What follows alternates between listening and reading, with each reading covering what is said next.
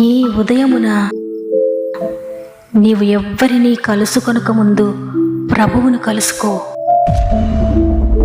నీవు ఎవ్వరినీ చూడకముందు ప్రభువును చూడు. నీవు ఎవ్వరితో మాట్లాడకముందు ప్రభువుతో మాట్లాడు. నీవు దేనిని వెదకకముందు ఆయన రాజ్యమును నీతిని వెదకు.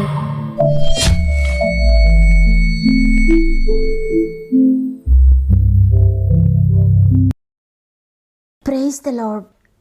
ఈ ఉదయకాలమున మరి ఒకసారి మిమ్మల్ని అందరినీ ఈ విధంగా కలుసుకోవడానికి దేవుడిచ్చిన ఈ గొప్ప అవకాశమును బట్టి దేవుని స్తుతిస్తూ మరి ఒకసారి గాడ్ ఫస్ట్ అనే వాగ్దాన కార్యక్రమానికి మిమ్మల్ని అందరినీ ప్రేమతో ఆహ్వానిస్తూ ఉన్నాను. మానక ప్రతిరోజు ఈ వాగ్దానాన్ని వింటున్న ప్రతి దేవుని బిడ్డలారా, దేవుని కృపను బట్టి మీరు మీ కుటుంబాలంతా కూడా బాగున్నారని, మీ పరిస్థితులన్నిటిలో దేవుడు మీకు తోడేండి నడిపిస్తున్నారని నమ్ముతున్నాను. దేవుని మాటలో ఎంత శక్తి ఉందంటే ఎండిపోయిన జీవితాలను సహితము చిగురింపచేస్తుంది. అన్ని దారులు మూయబడిన చోట మార్గం తెరుస్తుంది దేవుని మాట. అందువల్ల దేవుని మాట తీసుకొని ప్రార్థనతో మీ దినమును ప్రారంభించండి.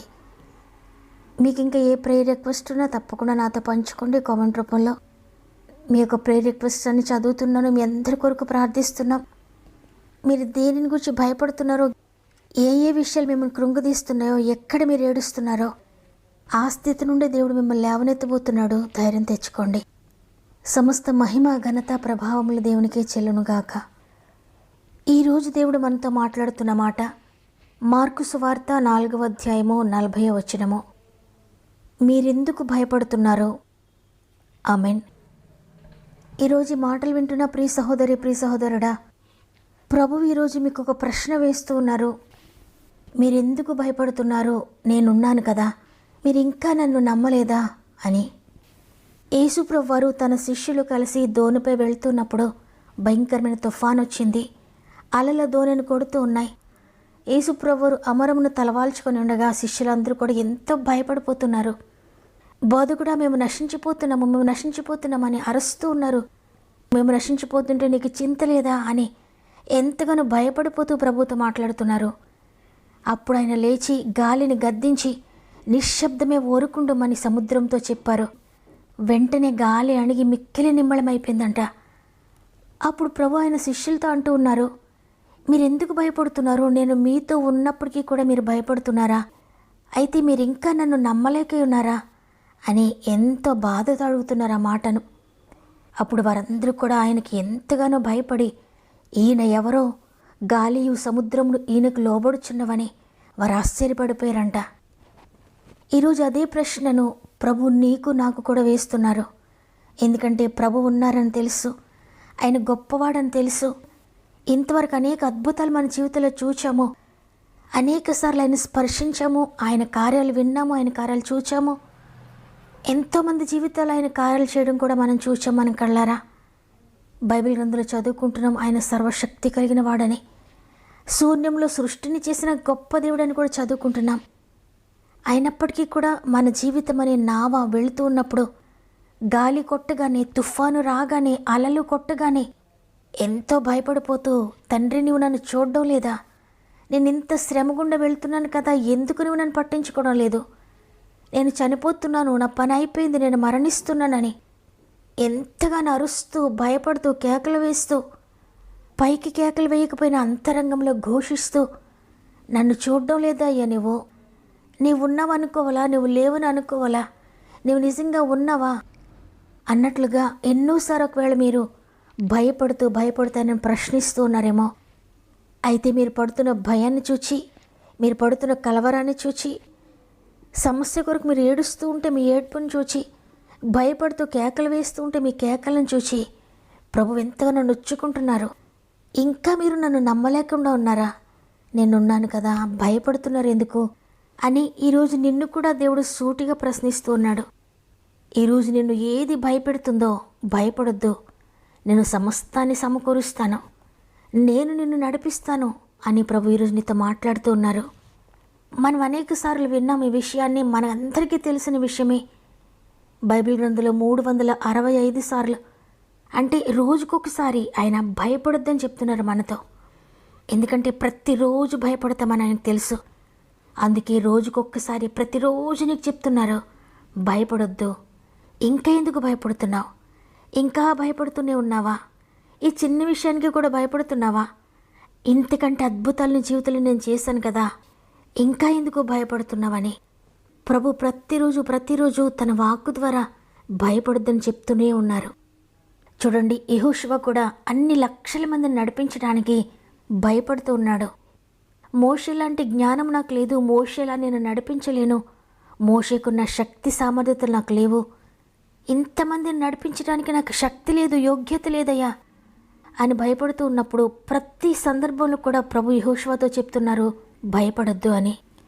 యెహోషువ ఎన్నిసార్లైతే భయపడ్డాడో, ఎన్ని సందర్భాల్లో భయపడ్డాడో, అన్ని సందర్భాల్లో కూడా ప్రభు భయపడొద్దు, నేనున్నానని చెప్తూనే ఉన్నారు. ఇంతమందిని నేను ఎలా నడిపించగలనని మోషేతో పోల్చుకోవద్దు. మోషేకు తోడేండినట్లుగా నీకు తోడే ఉంటాను నేను.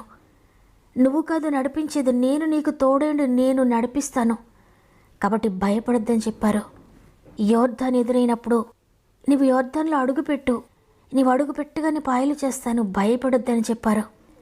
అదేవిధంగా ఎరికో గోడ ఎదురొచ్చింది. ఎరికో గోడ నీ కోసం నేను కూల్చివేస్తాను, భయపడొద్దు. నీవు స్తుతించంతే, నేను కార్యం చేస్తాను, భయపడొద్దని చెప్పారు. ఈ విధంగా అనేక సందర్భాల్లో ప్రభు యెహోషువతో చెప్తూనే ఉన్నారు, భయపడొద్దని. ఈరోజు అదే ప్రభు నీతో కూడా మాట్లాడుతున్నారు.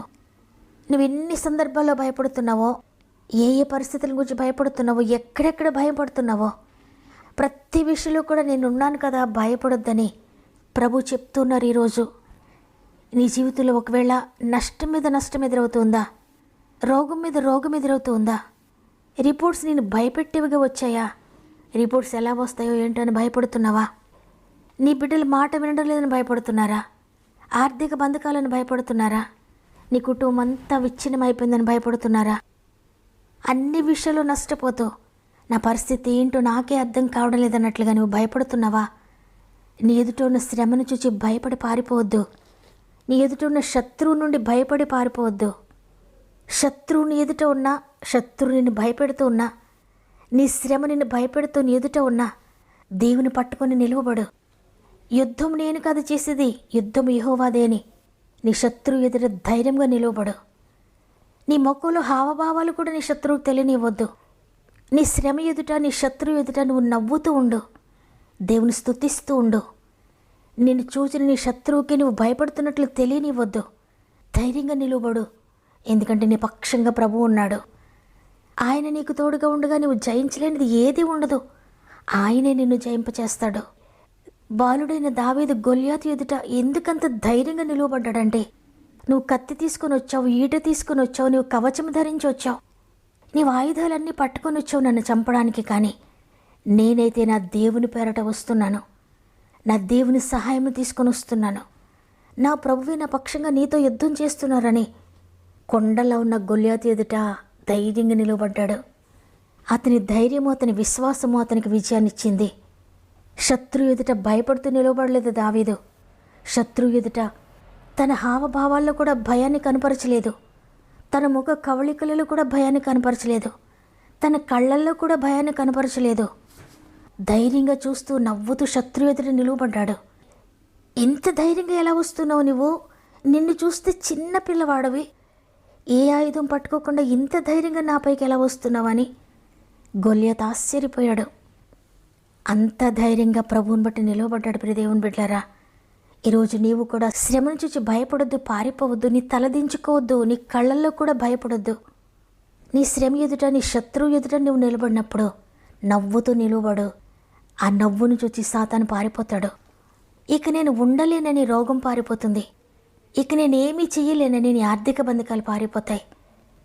కాబట్టి ఈరోజు ఈ మాటలు వింటున్న ప్రియ సహోదరి, ప్రియ సహోదరుడా, ఏ విషయం నేను భయపెడుతూ ఉన్నా, దేనిని గురించి నువ్వు అలసిపోయి ఉన్నా, ప్రతి కలవరాన్ని, ప్రతి భయాన్ని, ప్రతి శత్రు పోరాటాన్ని, ప్రతి శ్రమను, ప్రతి శోధనను, ప్రతి రోగాన్ని, ప్రతి ఆర్థిక బంధకాన్ని ప్రభువుకు అప్పగించి యుద్ధం యెహోవాదే అని ధైర్యంగా నిలబడు.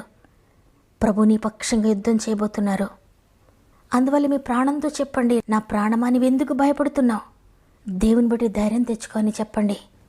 వాగ్దానాన్ని నమ్ముతున్నట్లయితే ఒక్క నిమిషం నాతో మోకరిస్తారా? నా జీవమా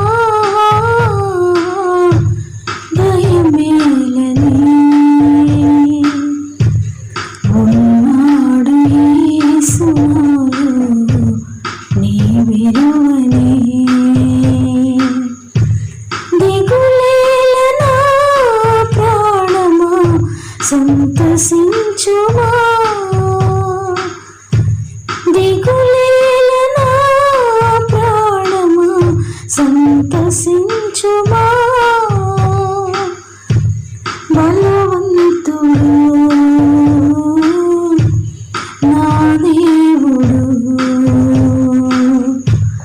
నా జీవమా భయమేలని. ఉన్నాడు యేసు నాలో నీ విలువని. లోకమంతా నశించిన ఇలలోని మనుషులే గతించిన, ఈ లోకమంతా గతించిన ఇలలోని మనుషులే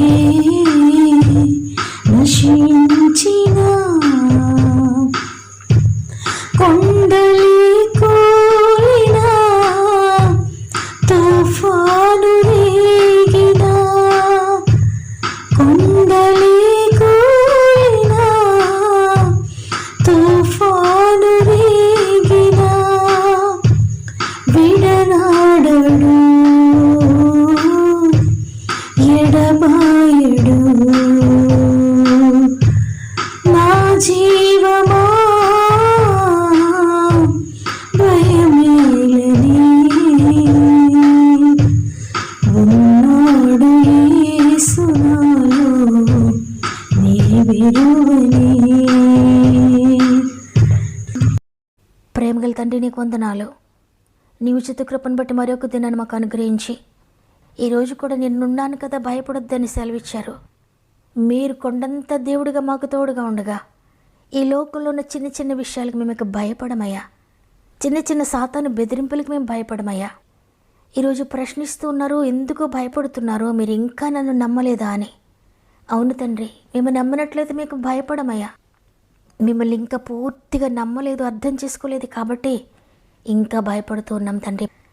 ఆర్థిక పరిస్థితులు ఎదిరితే భయపడుతున్నాం, శత్రువు ఎదిరితే భయపడుతున్నాం, సాతాను బెదిరిస్తుంటే భయపడుతున్నాం. మీరు మాకు తోడుగా ఉండగా ఇక భయపడమయ్యా. ఇదిగోనైనా మా ఆత్మీయ కుటుంబంలో ఎంతమంది భయపడుతున్నారో ఇప్పుడే నీ జీవాత్మను వారిలోనికి పంపించండి.